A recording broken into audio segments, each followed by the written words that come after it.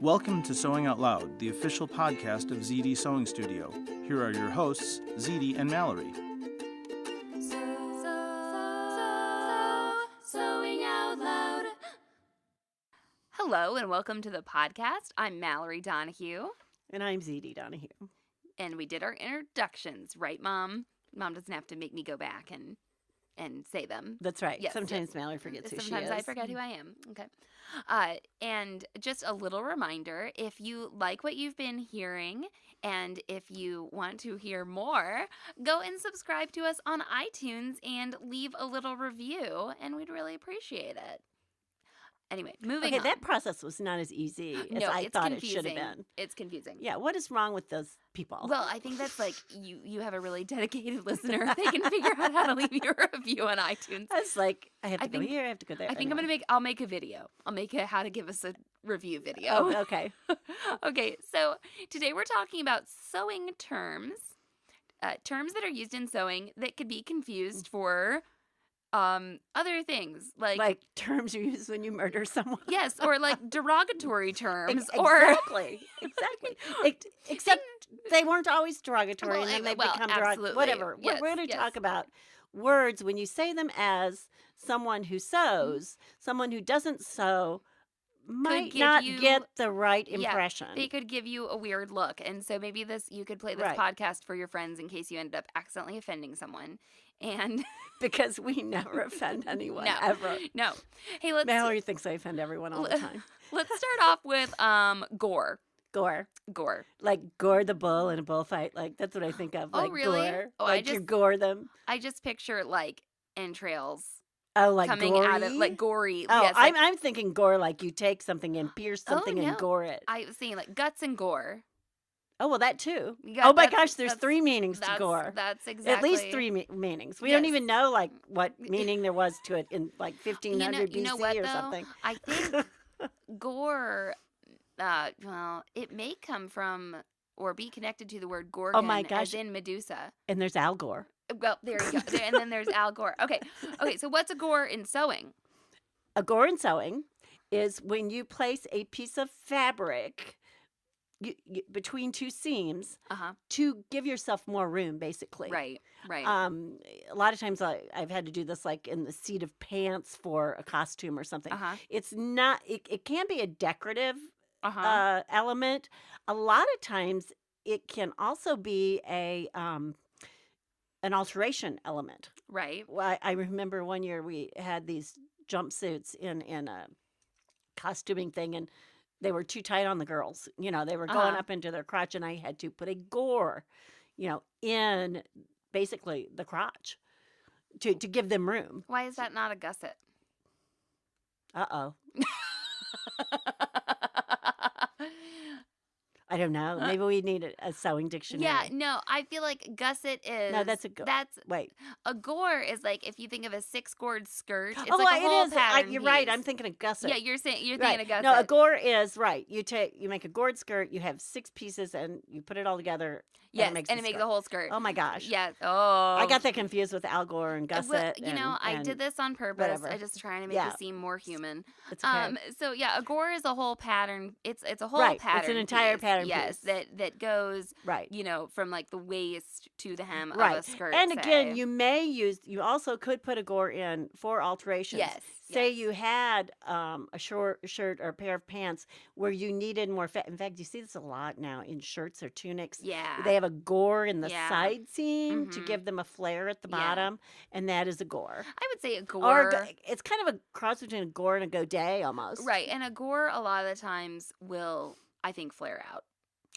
Almost always. Like it's not like a gored skirt is not a straight skirt generally. Do you know the little cushions you made, like the tuffets? Yes, those were gores, put together. Yeah. Mm-hmm. So like little Miss Muffet sat on a tuffet, and all those little slices of fabric or gores are like in a circus tent. Those are gores. Yes, right. And they go from like the top to the bottom. Right, and they oftentimes change in width. And now you also know what a gusset is. And gusset isn't really used for anything else. I don't think. I mean, pretty much to make room. Yeah, it's a thing to make room. But I think people get it's easy to get gussets and gores, and I've even heard people like think that a dart is a gusset. Yeah, pretty much not. No. Usually a dart is to take away fabric. Right. And a gusset would be to add fabric. Well, we're going to do another podcast. And a gore actually adds shape generally. Yes, we're going to do another podcast on things that are easily confused between each other. Okay, so let's move on from Gore to Gimp. And Gimp is not a very nice word most of the time. Except like we call the handicap spot.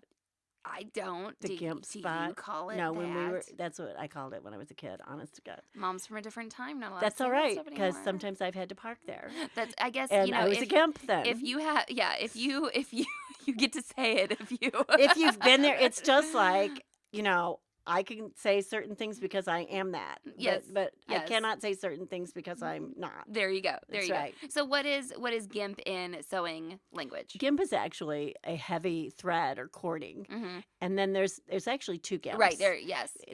There's a heavy thread or cording called Gimp, and a lot of times it's used like in a pin tuck to keep it elevated. Yeah. Like or somehow you cast over it or couch over it. You use it in that manner. And sometimes it's even used to gather something, like you would zigzag over it and pull it and gather it. And then the other kind of Gimp is a type of trim that is used in upholstering. Yes. And it looks like little rows of trim. Little braids. Little braids. Little sort of braids, curly little braids. That stuff I put on my jacket.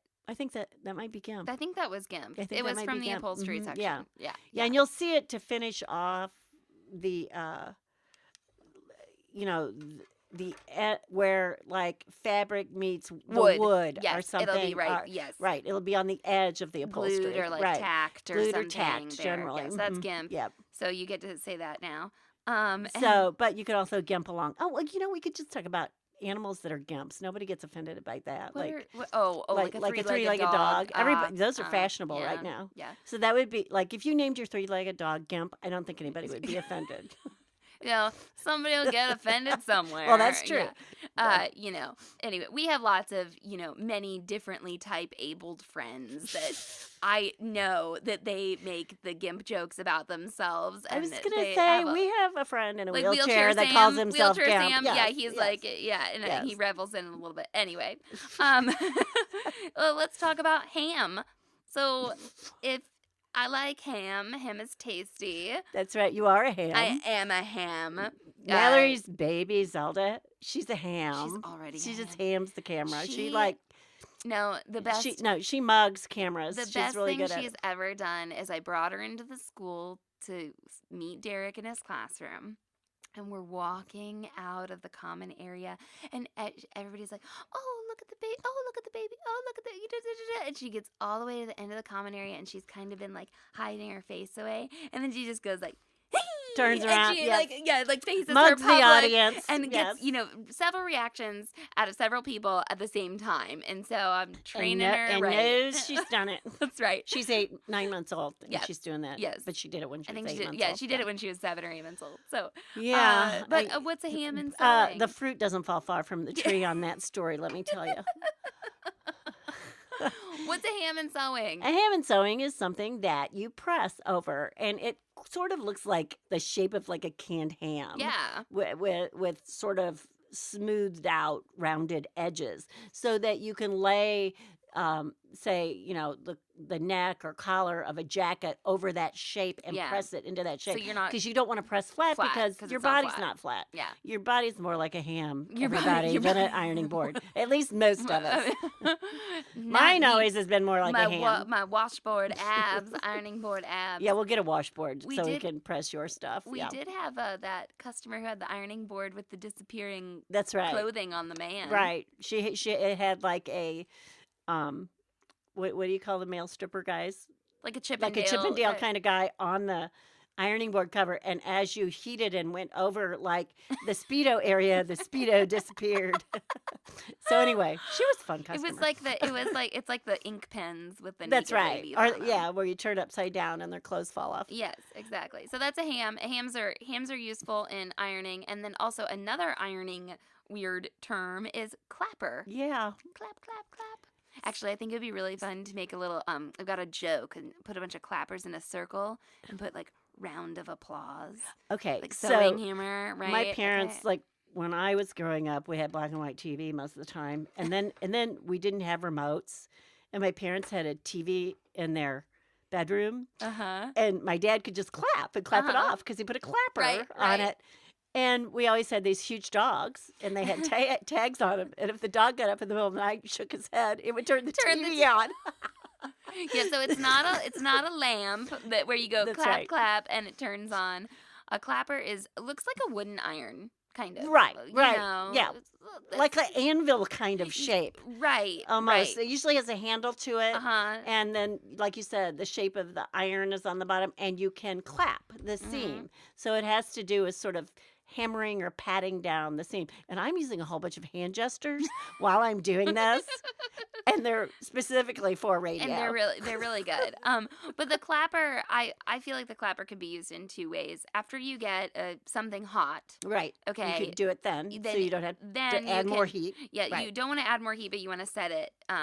So you put the wooden clapper down on it and, basically set that in place, not hot anymore. And then also, if you can't use heat on something, right? Right. And the other thing it will do is if you have a really, really bulky seam, yeah, sometimes you can pat it down so you have compressed that seam. Right. So you sort of clap it. You bam, bam, bam, bam, bam. Is what you do. Right. All right. So did we cover clapper? We covered clapper. Okay. Isn't a clapper's what's in a bell?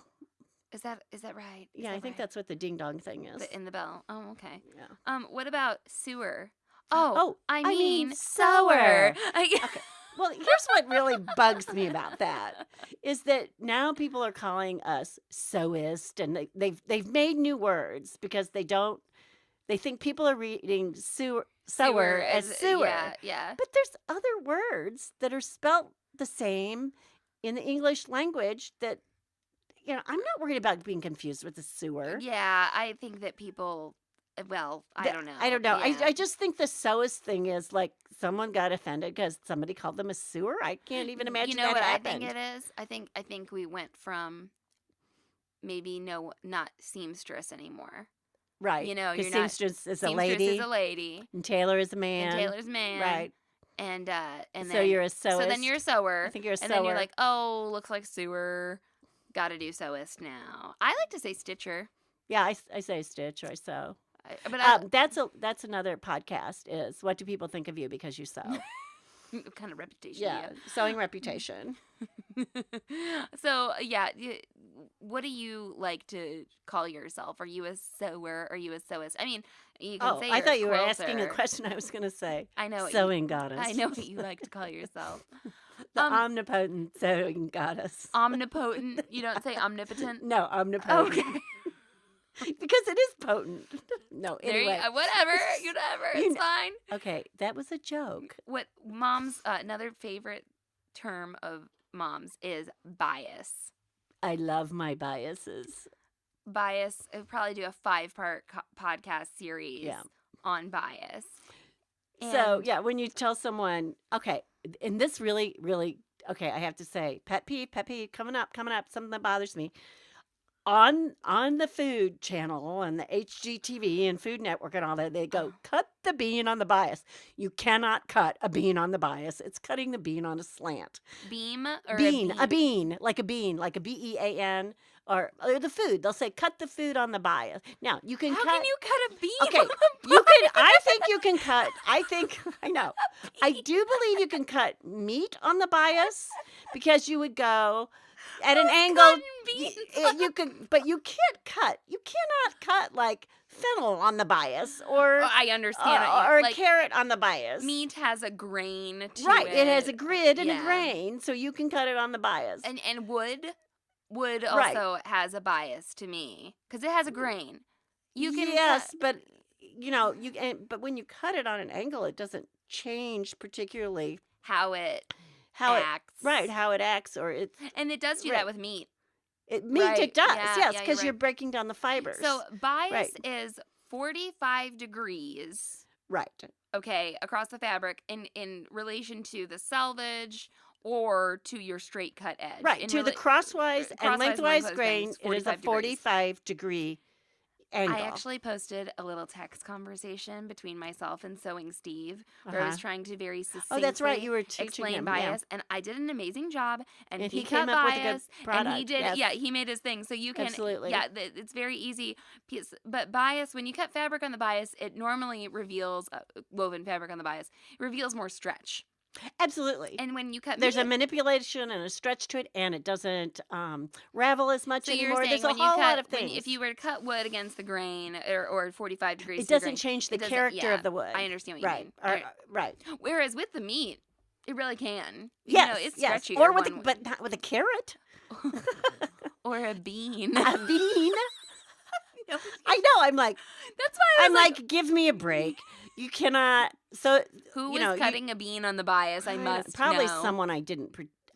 You're not a fan of. I'll bet Alton Brown did not say cut it on the bias. There you go. He's too There you go. scientific. He knows what he's talking about. Yes. Okay, so we got bias. Okay. And then we just got to cover this one. It's probably the most controversial term that I'm honestly a little afraid to say. It is sometimes. not. If I explain it to you, but go ahead. Well, no, I know once Right. you explain it, but I'm deathly afraid someone's just gonna like throw a glass of water in my face and Well, run out of the store. I think this is also one of those terms that the group can use, but you have to be careful if you use it. Yeah. Oh no, because on Facebook I see it all the time. Well, I see it too. I see my friends call each other this if this what they if Right. they're in that group. Right. And so the term is faggoting. Right. Or right. Yes. Now, do you know or what a faggot to is? Faggot. Yeah, faggot is a bundle of sticks. Right. Yes. Right. Or actually, this is not really how it was ever used over here, but like a fag. Right. That was cigarette. very English. Yeah. Right. A cigarette. fag. They used to in the 50s. They would call a cigarette a fag. Yeah. Because it was a stick. So faggoting is a sewing term, and I always I can't believe you knew the fag thing about the cigarette. Yeah. I can't believe you knew that. Okay. I'm surprised. Who do you think I am? Is that on like one of these like contemporary shows or something now? Oh, okay. No, I just didn't know if you would know the very term fag culturally for a aware. cigarette. I'm Okay. just very Okay. So it's not like I use that term a lot around you. right when I yeah, I learned it from you, Mom. Right. Whenever I talk about faggoting in the store, I always make sure to like go get my sample first. Right. And be like, faggoting, look. Right. This is what I'm talking about. And what faggoting traditionally was in sewing was when you had a bunch of little threads and then they were sort of bundled together. Yeah. And they also held two pieces of fabric together. They were like an insertion. Yeah. Between two pieces of fabric. Like I've seen it with a really not like loosely woven, but I mean, sheer kind of like a batiste. Right. And you could like take out the That's right. lengthwise threads, and then you have all of these just crosswise threads, and then you can either sew over them by the machine together, and they'll bunch together, and they'll look, it looks like kind of like bow ties. That they do. They are little groups of sticks. Yeah, little bundles lines, of a little sticks. bundle of lines. Okay, so our next term that we're going to talk about is welt. And welt is... When my mother used to hit me with the spatula, I got a welt on the back of my leg. Or with one of those switches that you brought in your, your Out little of your bundle faggoting of sticks. bundle. Yeah, your faggot of sticks, right? Okay. Right. So a welt in sewing is, go ahead, Mom. It is basically a little piece of fabric that is used to edge something. Right. You have welted buttonholes. It's more like a technique than like an item. Right. You can say you have a welted pocket or something. And what you'd see is you'll see a pocket that is like a slit and it's made into the garment, and the welt is that little piece of trim fabric. That's right. And you have to on the back of a pair of men's khakis. And it can be on the bias or it can be on the straight of grain also. And they can be it can be a difficult technique to master. You have to. It's really not very hard, you guys. Well, you have to be very precise. Right, you don't get to just smash your patch pocket onto your pants, right? I mean, it's a little more. If you've ever, yes, it's a little more involved, right? So that's what a welt is. Is that little piece of fabric that kind of edges around that inset pocket. It's not or a raised mark on your skin. That's right. It's not. It's not what you get from being beaten up. And then let's say our last term that we're going to cover today is Armscye. Armscye. This isn't a term that's really used anywhere else. I use it. But I think that people are like, what are you talking about? This is armscye. An armscye is the hole in the garment where your arm goes through. That's right. So I do honestly prefer it to armpit. Like armhole. Yeah, I like armpit. Just sounds so awful. Yeah. Like, now I have a question. Yes. I have a question. Armscye is not a negative term. So when you measure your armscye, like think of slipping a measuring tape around your arm, like you were going to cut off your arm at the shoulder, right? But is the armscye also like the top of a sleeve pattern? Like, is that right to call that? Top of the sleeve. Like a sleeve pattern. The armscye is... The curve at the top that would go around your armscye. Yes. Is that also called the armscye? I believe so. I do call... You call that too? I do it. Okay. Where you would insert a sleeve, basically. Not where... Area. No, I mean of the sleeve pattern, and there's that... Oh, the sleeve pattern? Yeah, not... Well, that is the armscye, because that's the measurement. That's what using. I would say. Right. Okay, so that's the armscye. So the top of the sleeve would be the armscye measurement. Right. Yes. That's what I would say too. Right. And so armscye is spelled Armscye. Armscye.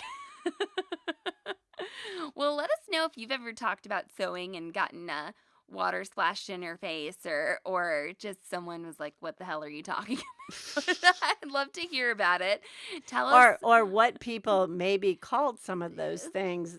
Oh, incorrectly. Well, yes. That's another. You always come up with some extra podcast topic at the end of the podcast. I just I'm trying can't to wrap stop things talking. up. I'm having so much fun. I'm trying to wrap things up. Well, thank you so much for listening, and obviously we'll have more shows for you to listen to. So long and so happy, everyone.